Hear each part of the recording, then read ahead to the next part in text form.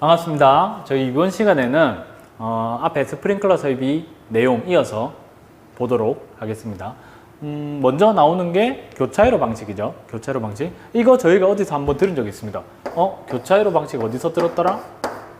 자, 자탐 설비 제가 설명하면서 이 부분 감지기와 감지기 사이 또는 감지기와 발신기 사이의 배선 방식을 공부를 했었죠. 저희가 어떤 방식이었죠? 송배전식 방식이었다, 보내기 배선이었다 설명을 드리면서 송배전식 방식 외에 교차회로 방식이 있다고 말씀드렸었죠. 하지만 이 교차회로 방식은 준비작동식 스프링클러 설비나 가스계 소화 설비에 많이 사용이 되기 때문에 여러분들이 헷갈리실 수 있으니까 제가 따로 설명을 드리겠다라고 말씀을 드렸었죠. 그런데 이제 스프링클러 설비에서 바로 뒤에 준비작동식 스프링클러 설비 나올 거기 때문에 저희가 이 교차회로 방식에 대해서 한번 개념을 정리를 하고 가도록 하겠습니다. 보시면 이렇게 교차회로 방식을 적용하는 설비들이 쭉 있죠. 이렇게 생각해 주시면 됩니다. 어떤 설비에 설치를 하느냐, 전자장비가 많이 있는 장소에서 만약에 소화수가 방출이 된다면 수송 피해가 크겠죠. 그 전자장비를 사용 못하니까. 그러니까 수송 피해가 큰 장소나 또는 이산화탄소 소화 설비와 같이 소화약재가 방출이 됐을 때 인명 피해가 발생할 수 있는 곳, 그런 설비에는 우리가 교차회로 방식을 구성을 하자라는 거예요. 그럼 왜 교차회로 방식을, 그런 장소에는 왜 교차회로 방식으로 구성을 해야 되냐? 한번 내용을 보도록 할까요? 자, 보시면 교차회로 방식은 설비의 오작동을 방지하기 위하여 두 개 이상의 회로가 교차되도록 설치하여 인접한 두 개 이상의 회로가 동시에 작동해야 그때서야 설비가 작동되도록 하는 방식이다. 물론 이렇게 문구를 보면 어려우시죠. 자, 저희가 그림을 통해서 어떤 개념인지 어떤 방식인지 한번 정리를 해보도록 하겠습니다. 자, 먼저 저희가 캐치해야 될 부분, 두 개 이상의 회로로 구성을 하는구나. 두 개 이상의 회로, 우리가 이때까지는 한 개 회로로만 구성이 되어 있지만 두 개 회로니까 AB로 명명을 하자. 실무에서도 AB로 명명을 합니다. 그러면 A, B 회로로 구성을 하는구나. 그러면 뭐 이런 식으로 구성을 하면 되느냐? 아니죠. 이렇게 구성을 하면 안 된다. 왜? 문구상에 어떻게 되어 있다? 두 개 이상의 회로를 교차되도록 설치해야 된다. 교차되도록. 무슨 말입니까? 교차되도록 설치하는 거지. 교차되도록 설치를 해라. B도 마찬가지로 교차되도록. 이렇게 설치하면 교차되도록 설치가 되는 거죠. 이렇게 설치를 해라. 이렇게 설치를 했을 때 뭐다? 인접한 두 개 이상의 회로가 동시에 작동했을 때, 인접한 두 개 이상의 AB, 뭐 이런 식으로 AB 여러 경우가 있겠죠. 이렇게 인접한 회로가 동시에 동작을 해야만 얘네가 작동을 한다는 거죠. 예를 들어서 A가 오동작을 했다. A가 오동작을 한다고 하더라도, 실제 화재가 아닌데 A가 오동작을 한다고 하더라도 B가 동작이 되지 않기 때문에 이 설비들이 동작을 하지 않는 거죠. 그래서 수선 피해라든가 인명 피해가 발생을 줄일 수 있다. 오동작을 줄일 수 있다. 이해가 되시죠? 이게 교차회 방식의 개념이라는 거. 우리가 개념은 이제 이해가 했고, 그럼 실제로 배선이 어떻게 되어 있느냐? 자, 교차회로 방식. 자, 여기 수동 조작함입니다. 뭐 준비작동식에는 슈퍼 비조리 판넬이겠지만 다른 여러 설비가 있으니까 제가 그냥 일반적인 수동 조작함을 한번 표현을 해볼게요. 자, 배선이 이렇게 쭉 한 바퀴, 저희 송배정식 할 때도 마찬가지로 이런 식으로 쭉 연결이 되어 있다. 루프 방식으로 쭉 연결이 되어 있다. 이럴 때 배선이 어떻게 되는가 한번 보겠습니다. 자, 감지기 일단 A 한번 볼게요. A를 살리려면, 어쨌든 감지기 하나를 살리려면 배선 두 가닥이 필요하죠. 공통과 회로선. A니까 A 회로겠죠. 그 두 가닥이 필요한데 A, B를 나누기 위해서 제가 A는 같은 색깔로 한번 두 가닥을 표현해 볼게요. 자, 표현해 보겠습니다. A를 살리기 위해서 두 가닥이 출발을 합니다. 두 가닥이 출발을 했어요. 흰색 선은 무시해 주시고 두 가닥이 출발을 하면 그 다음 A한테 연결이 되겠죠. 흰색 선은 전선간이라고 생각해 주시면 됩니다. 전선간. A가 A로 연결이 된다. 연결이 되는데 이때 B쪽은 그냥 넘어가 주신다고 생각해 주시면 돼요. 그냥 B는 거쳐서 A에 결선을 해주고, 똑같이 뭐다? B는 넘어가지고 A에 연결이 되고, B는 넘어가지고 A에 연결이 되고 똑같이 B는 넘고 A에 연결이 된다. A가 아니고 이번에는 그냥 돌아 들어가는 거죠. 자, 이런 식으로 연결이 된다. 이러면 A 공통 A 감지기를 살려주기 위해서 두 가닥이 모두 연결이 되는 거죠. 그럼 이번에는 B 감지기를 살려야 되겠죠. B 감지기 마찬가지로 A는 그냥 지나치고 결선이 되는 거죠. 그냥 지나치고 결선되고 또 그냥 지나치고 결선되고 그냥 지나치고 결선되고 지나치고 결선되고 쭉 해서 돌아 들어간다. 자, 그러면 여러분들 이제 알 수 있겠죠. 루프 방식의 경우에는 A, B 두 개 회로를 살려줘야 되기 때문에 각각 두 개씩 들어가서 모든 구간에서 네 가닥이 되는구나. 아시겠죠? 이해가 되시죠? 요거 저희 송배정식 공부할 때처럼 이렇게 하면 A, B 방식은 두 개 회로니까 두 가닥씩 해서 네 가닥이 되는구나. 이해가 되시죠? 그러면 저희가 어떤 케이스, 요거 말고 송배전식 배선하던 것과 마찬가지로 다른 케이스를 한번 봐야겠죠. 자, A, B 있습니다. 그리고 뭐 이런 식으로 이번엔 이렇게 되어 있다고 봤을 때 자, 그러면 어떻게 되겠습니까? 나머지는 사실 이제 이해가 쉽게 되시죠? 하나, 둘, 셋, 넷. 루프 방식 때는 무조건 네 가닥인데 이때는 몇 가닥이 되겠습니까? 이때는 이렇게 생각해 주시면 됩니다. 자, 뭐 가까운데 A라고 하고 B라고 보겠습니다. 먼저 A 살려주기 위해서 두 가닥이 출발한다. 그리고 띵 다 돌고 나서 A 다 결선해주고 나서 다시 두 가닥이 돌아오겠죠. 그러면 이번에는 B를 살려주기 위해서 출발합니다. 두 가닥이 출발하고 모든 거를 또 B에 연결해주고 나서 B가 다시 들어오겠죠. 그러면 여기가 몇 가닥이 된다? 하나, 둘, 셋, 넷, 다, 일곱, 여덟 가닥이 된다. 이 부분이 8가닥이 된다. 그러면 우리가 여기서 알 수 있는 부분 선배정식은 루프 방식일 때는 두 가닥이었고 그 외에는 네 가닥이었다. 그 다음에는 저희 준비 작동식 보시기 전에 습식 스프링클러 먼저 보고 가시도록 하겠습니다. 제가 앞에 말씀드렸었는데 습식보다 준비 작동식이 더 많이 나온다고 말씀드렸죠. 더 복잡하고 가닥수도 많기 때문에 문제수에 대해서도 더 많이 나온다. 습식은 비교적 조금 나온다고 말씀드렸었는데 사실 이 습식은 시스템만 이해하고 나면 앞에 보셨던 옥내 소화전보다 좀 더 이해하기 쉬우실 겁니다. 그렇기 때문에 요거는 다른 막 그림들을 제가 책에 수록하기보다는 제 설명을 한번 듣고 나시면 요 가닥수 이해하는 데는 습식은 굉장히 쉽기 때문에 한번 보도록 할게요. 앞에 옥내수화 좀 보셨듯이 개통도를 통해서 이 시스템을 한번 이해해 보도록 하겠습니다. 이게 먼저 선행입니다. 단순 암기는 안 됩니다. 전선 가닥수에는 절대 단순 암기는 안 돼요. 시스템을 이해하고 나셔야 요거를 암기를 할 때 그때 가서 암기를 하시더라도 이해가 쉽고 머릿속에 오래 남는다. 아시겠죠? 시스템 먼저 보도록 하겠습니다. 스프링클러 설비, 자 당연히 수계니까 수조 있을 거고 여기서 배관이 펌프를 통해서 물을 밀어주겠죠.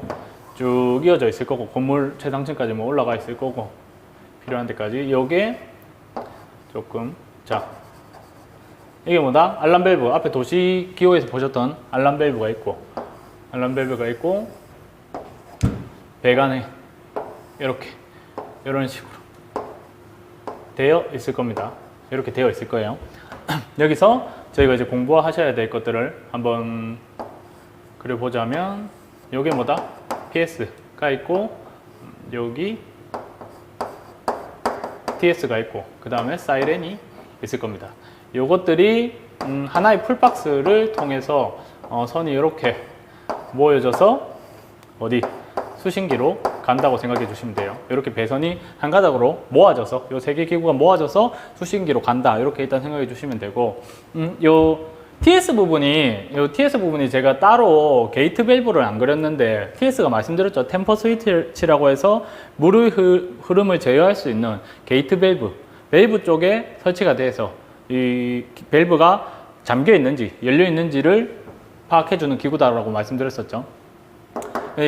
알람 밸브에 여기 따로 이렇게 제가 게이트 밸브 요 도식기호를 그리지 않은 게 물론 요 알람 밸브 바로 밑에 게이트 밸브가 설치되어 있는 것도 있고 요새는 요 알람 밸브와 게이트 밸브가 일체형으로 나와 있는 타입들이 많기 때문에 제가 굳이 게이트 밸브를 따로 표현하지 않고 요 알람 밸브에 TS를 표현해 놨다는 거 이해해 주시면 좋을 것 같습니다. 여러분들의 이해를 돕기 위해서 요거 배선은 제가 다른 색깔로 해 놓을게요. 배선은 뭐다? 이렇게 지금 하얀색으로 해 놓은 거는 여러분들 물리적인 배관이라고 쉽게 생각을 해 주시고 얘는 빨간색으로 이렇게 해 놓은 거는 전선이라고 생각해 주시면 됩니다. 이렇게 일단 이렇게 일단 보시고 이렇게까지 보시고 시스템을 이해해 보자는 거죠. 시스템을. 자, 제가 설명드렸었죠. 앞에 스프링클러 설비가 몇 가지가 있었다. 5가지 종류가 있다고 말씀드렸습니다. 뭐 습식, 준비작동식, 일제 살수식, 건식, 부합식까지 있었는데 저희가 주로 습식과 준비작동식을 대표로 해서 감지기가 없고 감지기가 있고를 나누어서 보자고 말씀드렸었죠. 저 습식은 뭐다? 감지기가 없습니다. 감지기가 없고 어떤 식으로 동작을 하느냐? 요 밸브 요 부분을 제가 좀 한번 알람 밸브 요 부분을 한번 확대를 해 보겠습니다. 이런 식으로 있고 여기에 PS가 있고 배관이 이렇게 있습니다. 배관이 있고 굳이 제가 게이트를 그려보자면 게이트가 여기에 있고 템퍼 스위치가 여기 뭐 설치가 되어 있겠죠. TS가 이렇게 설치가 되어 있습니다.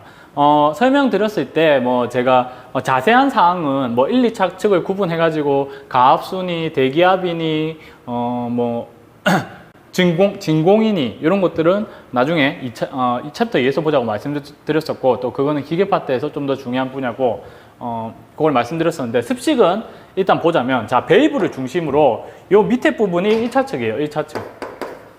1차측 단어가 어려우신 분들을 위해서 요 밸브를 중심으로 밑에 부분을 1차측으로 보시면 돼요. 요 부분을 중심으로 밑에 부분을 1차측 그리고 밸브를 중심으로 윗부분을 뭐다? 2차측이라고 보시면 됩니다. 2차측으로 보시면 되고 2차측으로 이해를 해주시면 되고 이걸 제가 왜 말씀을 드리느냐 자 물이 기본적으로 요 1차측까지 요 밸브까지는 5가지 설비 전부 다 가압수가 채워져 있어요. 가압수가 채워져 있습니다. 가압수가 채워져 있고 여기까지 가압수가 채워져 있겠죠. 습식은 일단 습식을 먼저 하니까 습식 말씀드릴게요. 습식은 어떻게 되어 있느냐 헤드 끝까지 모든 배관 헤드 끝까지 가압수가 채워져 있는 거예요. 이름에서도 유추하실 수 있겠지만 습식이기 때문에 요 끝까지 다 물이 차져 있다 이렇게 생각해 주시면 되고 자 그러면 이제 차근차근 한번 연도 개념을 설비가 어떻게 동작하는지 한번 보도록 하겠습니다. 어떻게 동작을 하느냐 자 불이 납니다. 불이 났어요. 불이 나면 요 헤드가 열을 받아서 헤드가 이게 폐쇄형 헤드인데 폐쇄형 헤드가 열려버립니다. 안에 유리버브가 깨진다든지 뭐 퓨즈가 터진다든지 해서 헤드가 열려요. 헤드가 열리면 뭐다? 이렇게 가압되어 있던 물이 끝까지 가압되어 있던 물이 방출이 되겠죠. 방출이 되고 그에 따라서 배관 내 압력이 떨어지고 압력이 떨어지면 안 되니까 기준 방수압과 방수량을 충족시켜 주기 위해서 뭐다? 펌프가 도는 거예요. 펌프가 돌면 물이 계속 유지가 되겠죠. 일정 방수량과 방수압이 유지가 되겠죠. 이런 식으로 스프링클러 설비의 습식 스프링클러 설비가 동작이 됩니다. 별다른 정기적인 게 지금 개입되어 있지 않죠. 이 습식 스프링클러 설비는 물리적으로 이 헤드의 개방에 의해서 열에 의해서 물리적인 헤드의 개방에 의해서 그냥 물이 분출되기 때문에 그래서 전선 가득수가 많이 필요하지 않아요. 많이 필요하지 않지만 몇 가지 당연히 필요한 부분들이 있겠죠. 요거를 한 번 더 자세하게 한번 보도록 하겠습니다. 자, 여기 물이 쭉 채워져 있던 이 부분이 헤드가 개방이 돼서 압력이 떨어졌습니다. 그러면 펌프가 돌아서 물을 계속 밀어주겠죠. 그러면 물이 지나가면서 이 압력 스위치를 건드리는 거예요. 압력 스위치를 건드리는 겁니다. 그러면 이 압력 스위치가 동작을 하겠죠. 동작을 해서 어디로 보내준다? 수신기로 보내주는 거예요.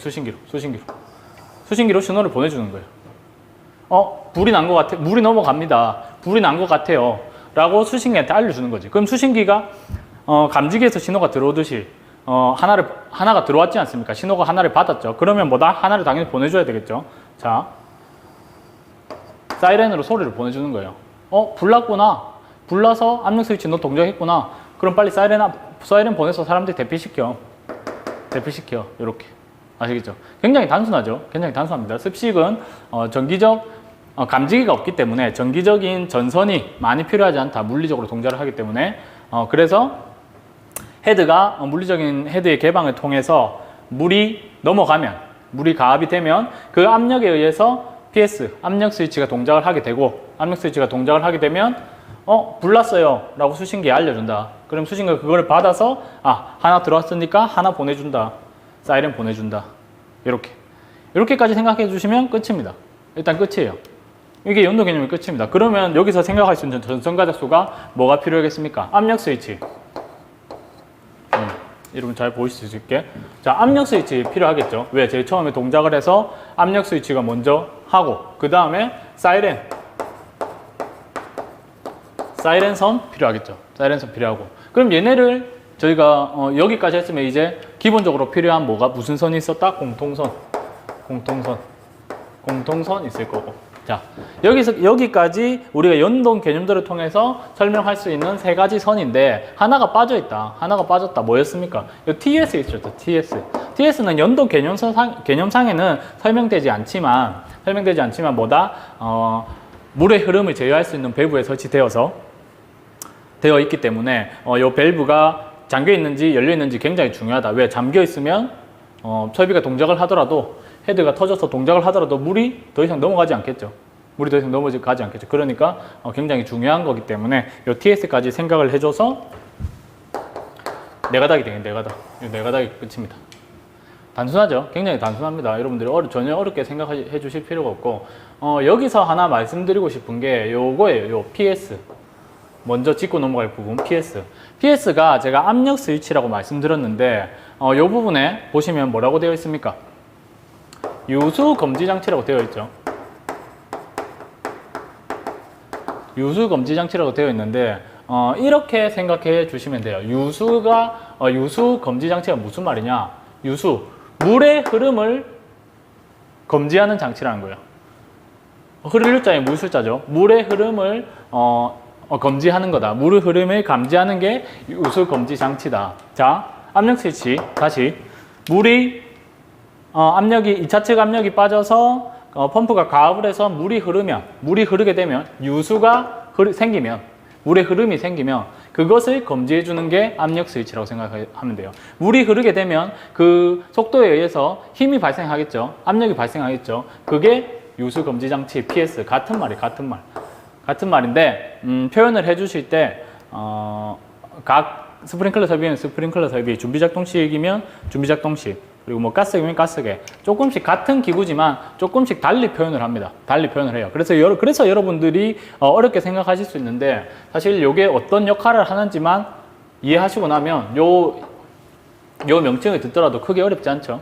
아시겠죠? PS랑 압력 스위치와 유수 검지 장치가 같은 말이다. 그래서 제 생각에는 요 PS라고 쓰든지 뭐 압력 스위치라고 쓰든지 크게 무리는 없지만 100% 틀렸다고 말할 수는 없지만 명확하게 좀 답을 명확하게 구분짓기 위해서는 기구별로 구분짓기 위해서 조금 명칭이 다르다. 그래서 유수 검지 장치라고 적어 주시자. 아시겠죠? 저 뭐 PS라고 적어도 저는 제 생각에는 틀렸다고 하면 그거는 좀 채점자가 잘못됐다고 생각합니다. 아시겠죠? 이렇게 이해를 해주시면 되고, 이렇게 이해를 해주시면 전혀 어렵지 않게 접근을 해주실 수 있겠죠. 이 네 가닥이 어렵지 않고. 그러면 여러분들이 이제 뭘 봐야 되겠습니까? 자동화재 탐지 설비 때인 것처럼 지금은 뭐를 본 거다? 지금 이렇게 자동화재 탐지 설비가 한 구역일 때만 지금 본 거예요. 한 구역일 때. 그러면 가닥수가 어떻게 증가되는지를 한번 봐야겠죠. 보셔야겠죠. 자, 여러분들이 조금 쉽게 보게 하시기 위해서 이거를 좀 지어볼게요. 자, 이렇게 됐다.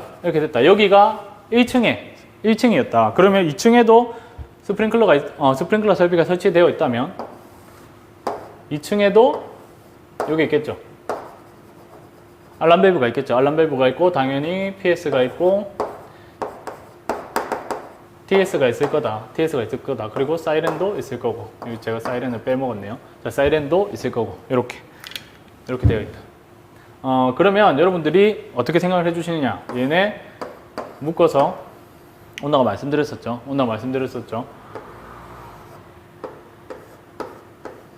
자, 얘네도 수신기에 갈 거예요. 수신기에 갈 건데 그 전에 여러분들 간단하게 한번 짚고 넘어갈 개념이 있습니다. 제가 자동화재 탐지 설비 말씀드리면서 하나의 경계구역일 때에서 경계구역이 늘어날 때 가닥수 증감이 있었다고 말씀드렸죠. 이것도 습식 스프링클러 설비도 마찬가지로 이 알람 밸브 하나가 늘어날 때 어떻게 가닥수가 증가하느냐를 지금 볼 텐데, 그 전에 자탐은 경계구역 이라고 표현을 했고, 뭐 기준이 있었죠. 600에 50, 그리고 뭐 주된 출입구에서 내부 전체가 보일 때는 뭐 1000제곱미터 이런 기준이 있었고, 그거는 제가 상세하게 챕터에서 본다고 말씀드렸었고, 그 다음에 스프링클러 설비, 그 중에서 폐쇄형 헤드를 사용하는 경우가 있습니다. 폐쇄형 헤드를 사용하는 경우와 그 다음에 개방형 헤드를 사용하는 경우가 있어요. 저희가 지금 여기서 주로 다룰 준비작동식과 습식은 둘 다 폐쇄형입니다. 둘 다 폐쇄형이지만 일단 한번 보자면, 폐쇄형 헤드는 뭐다? 방호구역이라는 말을 씁니다. 방호구역. 즉 요거 하나가 하나의 방호구역을 담당해 준다고 보시면 돼요. 요 알람 밸브 하나가 방호구역 하나를 담당한다. 그럼 방호구역이 두 개가 된 거죠. 방호구역이 한 개 더 늘어났다. 이렇게 생각해 주시면 되고, 방호구역은 3000제곱미터입니다. 한 기준이 3000제곱미터입니다. 얘 알람 밸브 하나가 3000제곱미터를 커버를 한다라고 생각을 해주시면 될 것 같고, 물론 뭐 다른 기준도 있습니다. 격자형 배관 방식을 사용할 때는 뭐 3700 이런 기준도 있지만, 지금은 뭐 그런 수치까지는 기억할 필요까지는 없고, 그런 게 있구나. 그리고 개방형 헤드는 뭐라고 표현을 하느냐? 방수구역이라고 표현을 해요. 방수구역. 조금 다르죠. 방수구역이라고 표현을 하고, 요거는 면적 기준이었고 헤드의 개수 기준이 있습니다. 50개, 하나의 방수구역당 50개 이하로 헤드를 설치할 것, 이런 기준이 있습니다. 이런 기준이 있고, 뭐 요 방수구역을 두 개로 나눌 때는 뭐 하나의 방수구역을 25개 이상으로 해라, 이런 개념도 있고, 요거는 한 귀로 듣고 한 귀로 흘려만 주시고, 그 다음에 개방형 헤드 있고 가스계, 저희 뒤에서 볼 가스계는 뭐라고 표현하냐? 방호구역이라고. 방호구역 똑같습니다. 방호구역, 폐쇄형과 똑같이 방호구역이라고 표시를 한다. 얘도 면적 기준은 없다. 면적 기준은 없습니다. 면적 기준은 없고, 그 다음에 저희 뒤에 보실 재현 설비는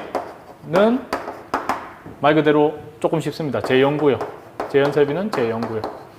이것도 기준이 있죠. 1000제곱미터 있고, 길이 기준은 60, 이런 게 있습니다.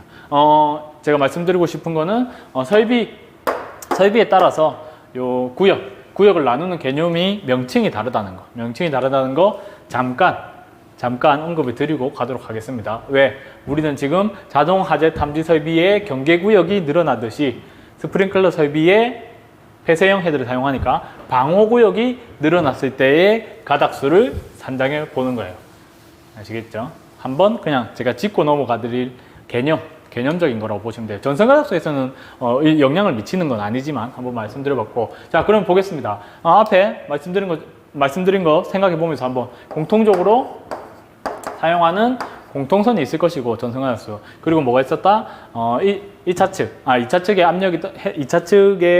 압력이 떨어졌을 때, 헤드의 개방으로 인해서 압력이 떨어졌을 때 뭐다? 유수의 흐름이 생기면서, 그 유수의 흐름이 생기고 그 힘에 의해서 압력 스위치가 동작을 한다. 동작을 하고 압력 스위치 입력이 하나 되면 하나가 나간다. 사이렌이 나간다. 사이렌. 제가 부산 사람이다 보니까 사이렌이라고 적을 때가 종종 있겠지만, 뭐 사이렌이라고 적었다고 해서 뭐 틀렸다고 하시진 않겠죠. 뭐 사이렌. 제가 그냥 간단하게 싸라고 적어보겠습니다. 한 글자만 적을 거니까 쉽게 이해하시기 위해서. 자, 사이렌이 있고, 마지막으로 하나 남아있던 TS, 유수 흐름을 제어하는 밸브에 설치되는 TS가 있다. 요 세 가지가 증가가 됩니다. 요 세 가지가 증가가 돼요. 방호구역이 하나가 늘어날 때마다 요 세 가지가 늘어난다고 보시면 됩니다. 왜 그러냐? 자, 2층에서 불이 났습니다. 그럼 2층에서 물이 넘어갔어요. 2층으로 물이 넘어갔으면 나 2층에서 물 넘어갔어요 라고 PS에서 알려줘야 되고 1층에서 넘어가면 1층에서 물 넘어갔어요 라고 따로 알려줘야 되겠죠. 따로. 마찬가지로 사이렌도 경종처럼 뭐다 그 층에 해당 층에 경보를 보내주기 위해서 선이 따로 간다. 그리고 TS도 1, 2, 3, 4, 5, 6층이 있으면 1층, 2층, 3층 어디 밸브가 잠겨 있는지를 알아야 되겠죠. 어느 층에 밸브가 잠겨 있는지를 알아야 되기 때문에 TS도 다 따로 간다. 그래서 따라서 전선 가닥수를 산정할 때 한 방어 구역이면 이 정도가 필요하고, 그리고 2개가 되면 요 세 가닥이 늘어나는 거예요. 세 가닥이. 지금은 방어 구역이 2개니까 얘네가 2개가 되겠죠. 즉 기존 4가닥에서 뭐다? 7가닥이 되겠죠. 7가닥. 얘네가 6가닥이 필요하고 곱하기 2를 했으니까 공통을 사용하는 7가닥이 된다는 거죠. 아시겠죠? 이렇게. 그러면 뭐 방어구역이 뭐 50개가 됐다, 뭐 100개가 됐다, 1000개가 됐다, 뭐 1000개가 되면 방어구역이 1000개가 되면 알람 밸브가 1000개가 되면 1000 곱해줘가지고 공통선 하나 사용하면 뭐 3000 한 가닥이 되겠죠. 3000 한 가닥 이런 식으로. 아시겠죠? 알람 밸브 하나당 방어구역 하나구나라고 생각해 주셔서 요 3가지에다가 곱해 주시면 된다. 쉽죠? 요 4가닥 개념을 통해서 요 4가닥만 알고 나면 나머지는 그냥 단순히 몇 개인지 세알이고 그걸 곱해주면 됩니다. 아시겠죠? 그리고 여기서 짚고 넘어가야 될 부분 하나. 공통. 이거는 뭐다? 앞에 보시면 아시겠지만 요 정도 보셨으면 눈치채셨겠지만 한계가 없습니다. 한계가 없어요. 저희 앞에 자동화재 탐지 설비할 때 공통 있었죠. 회로 공통. 그거는 이렇게 돼 있었죠. 회로선 7가닥일 때마다 회로 공통선을 한 가닥씩 추가를 했습니다. 왜 그러냐? 그 회로 공통선은 법적으로 명시가 돼 있어요. 회로 공통선 하나가 담당할 수 있는 회로 수가 7가닥이라고 법에 명시가 되어 있습니다. 그래서 한계가 있지만 나머지 설비는 뭐 습식뿐만 아니라 다른 나머지 설비들은 한계가 없어요. 그러니까 이 공통선으로 다른 설비들을 모두 사용할 수 있다. 이 공통선, 요 마이너스로 나머지 플러스의 아이들을 모두 사용할 수 있다고 생각해 주시면 됩니다. 아시겠죠? 요거는 그럼 늘어나지 않겠구나 라는 개념. 여기까지 하시면 사실 뭐 스프링클러 설비는 개념이 전혀 어렵지 않습니다. 쉽게 옥내수화전과 같이 뭐 연동 개념이 어떻게 시스템이 구성이 되어 있는지만 알면 어렵지 않다. 감지기가 없기 때문에 준비 작동식에 비해서 굉장히 단순하다. 아시겠죠? 요거 한번 봐주시고, 앞에 이제 설명을 들었으니까 이걸 보시면 이제 좀 이해가 되시겠죠? 요 안에 내용들이 이제 이해가 되실 겁니다. 습식 밸브, 알람 체크 밸브마다 가닥수가 증가하는 이유에 대해서. 사이렌. 그 다음에 PS라고 쓰셔도 되고, 유수금지 스위치라고 쓰셔도 되고, 아시겠죠? 같은 말이다. 아시겠죠? 요렇게 생각을 해주시면 좋을 것 같습니다. 습식 스프링클러 설비는 여기까지 하고, 간단하게 여기까지 마무리하고, 준비작동식 스프링클러 설비는 말씀드렸던 것처럼 감지기가 포함되어 있고, 습식 스프링클러 설비에 비해서 연동 개념도 복잡하고 전선 가닥수도 많기 때문에 저희 다음 시간에 통째로 한번 자세히 다뤄보도록 하겠습니다. 이번 강의는 여기서 마무리하도록 하겠습니다. 감사합니다.